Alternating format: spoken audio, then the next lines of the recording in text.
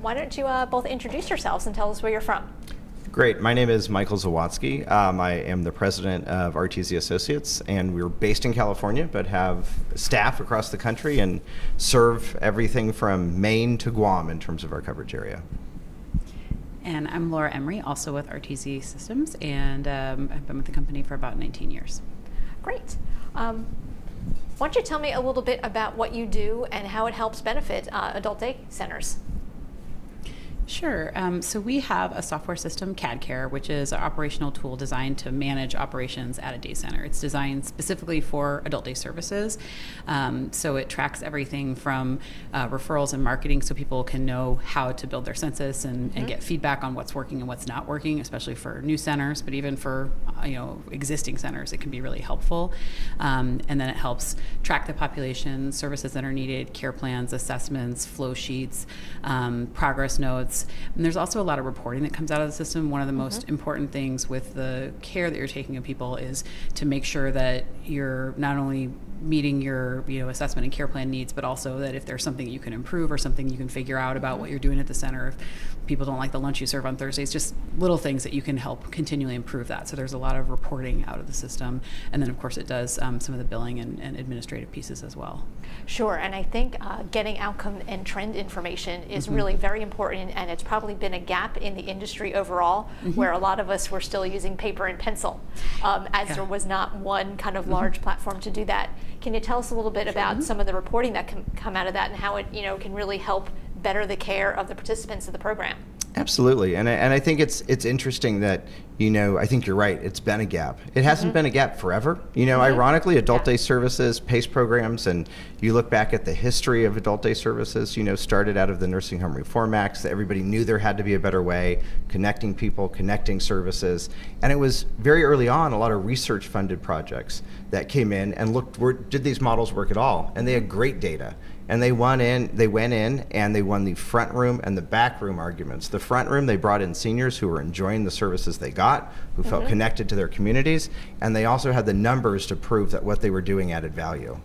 And then I think there was a time where the industry took for granted that they had this halo and this value, and all of a sudden we started to lose the backroom arguments, and you saw things rolling back in states. I think when you look at our tools and you look at what the industry needs, it's program-based, policy-oriented. How do we make things better today for the people who are actually using the tool, but at the same time, can we take just one extra click to go through and actually build those backroom arguments that unite the data, that proves the value, that ultimately keep the program sustainable and allow everyone to do the good work that they're doing. But you can't just know it in your heart, you have to know it in the numbers, and that's ultimately where, as a software vendor, we try to do both things. Sure, and I think the industry as a whole is developing with more and more folks wanting home and community-based services. We're here. We've maybe been a really good secret for a while, but we don't want to be. How do you see the vision of adult day services, and how do you connect with that? Sure, and Laura, you're welcome to add in on this too. I think for me, adult day services for a while, and this goes back to that logic of that Nursing Home Reform Act. I think what happened in the Nursing Home Reform Act is we knew something was broken, they only had nursing homes, and we said, gee, we need something for the end of life, we're gonna build hospice. Gee, we need something to fill gaps, we're gonna do 1915C waiver programs.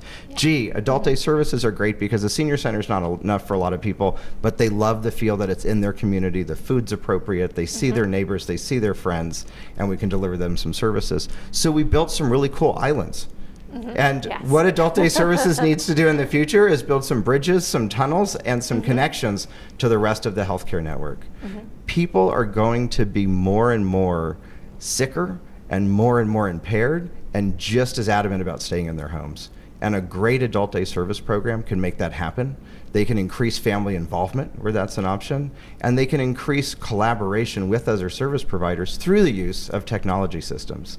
I think if you look today at a program who wants to buy a program an operational software program, they think about billing and they think about attendance. They need to put at the foremost of that mind the ability to connect to other service providers. And I think if you're looking at things today, you need to make sure you're not buying the prettiest thing that's a mile wide, but an inch deep, because every new application always looks phenomenal because they do all the design first, but you get 3 levels down, you can't really do the billing that's so complicated for adult day services. Or you see a lot of the older programs that were legacy programs that are PC-based, and they're dead before you get them. Yeah. You know, if you have 2 years left in them, you have 2 very happy borrowed time years. Yeah. What you need today and what you need to make adult day services work is something that makes sure that your program is not only a great island, but that it's connected by bridges and tunnels and planes to all those other service providers, because that's what the senior needs, that's what the family needs, and ultimately that's what adult day services needs to survive and prove its value. No, and I agree, and it's not just one solution that will help keep folks in their home, but an array across a continuum. And you're correct, being able to communicate with all those other partners is going to be really important, and even just to speak their language in terms of identifying trends and outcomes to be able to talk with too as well. Absolutely. So tell me a little bit about what you love most about adult day services. Sure. I'll get Bella started. Sure. So I've been fortunate with my role at RTZ. I've gotten to do a lot of trainings and visit a lot of centers. And I think for me, it's always interesting to see just the variation, to see how different places realize, whether it's an old church or an old bank or a place that was built from scratch, as sort of how they operationalize adult day services across states and across, even county lines. That's always really interesting. Some of the stuff that we do working with centers, we've done different studies and things like that, and even just basic demographics. We had a center one time that we did their demographic study, and the population came out as 80% men and 20% women, and we're like, oh, we must have mixed a variable up or something like that. Those aren't the right stats, but they were right by a VA center, and so they were able to get a lot of male participants from the VA center because they worked closely in tandem with them.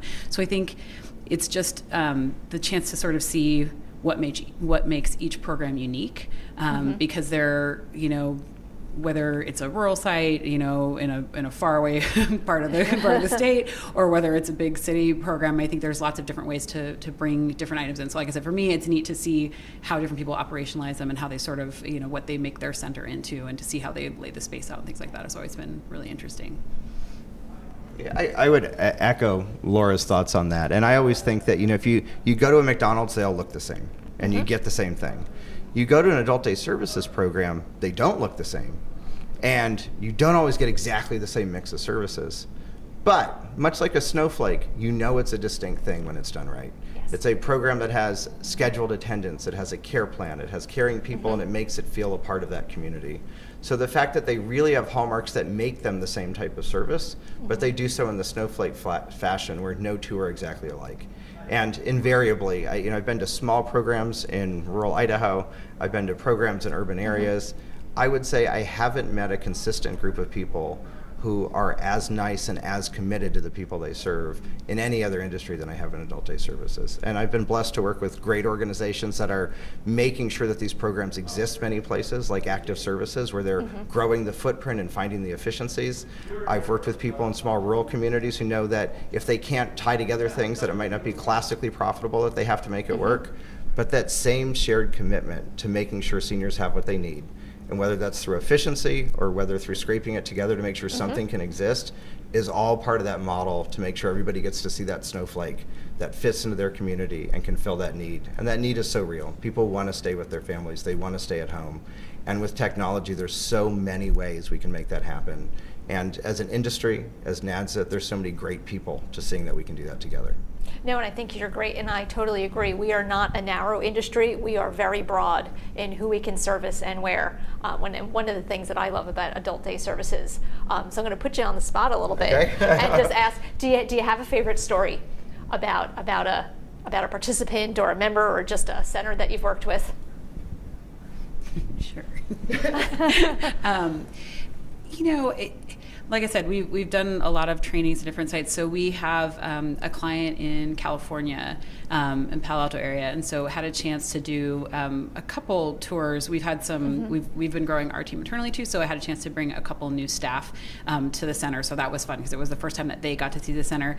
But like I said, it's always great to see the participants and just the level of interaction with the staff. But I know for me, because I've been to a lot of centers, having that chance to sort of introduce our staff to it and sort of explain the model, because you talk about it sort of in a broad general sense and on paper, and then when people actually see it in action. When you actually see the buses Yeah. pull up and Right. everyone get out. No, and everyone get out, and people say hi, and people are, you know, just like the process of like checking people in, all the little things that make up a day center day. Like I said, it's neat to sort of show that to someone, because you know, from our standpoint too, it is about the software, but it's about making sure that the efficiencies are there so people can have that time to really check in with people, and they're not, you know, grumpy and having to you know, take so much time on their screen to get things taken care of. So I think that was really a neat moment to see.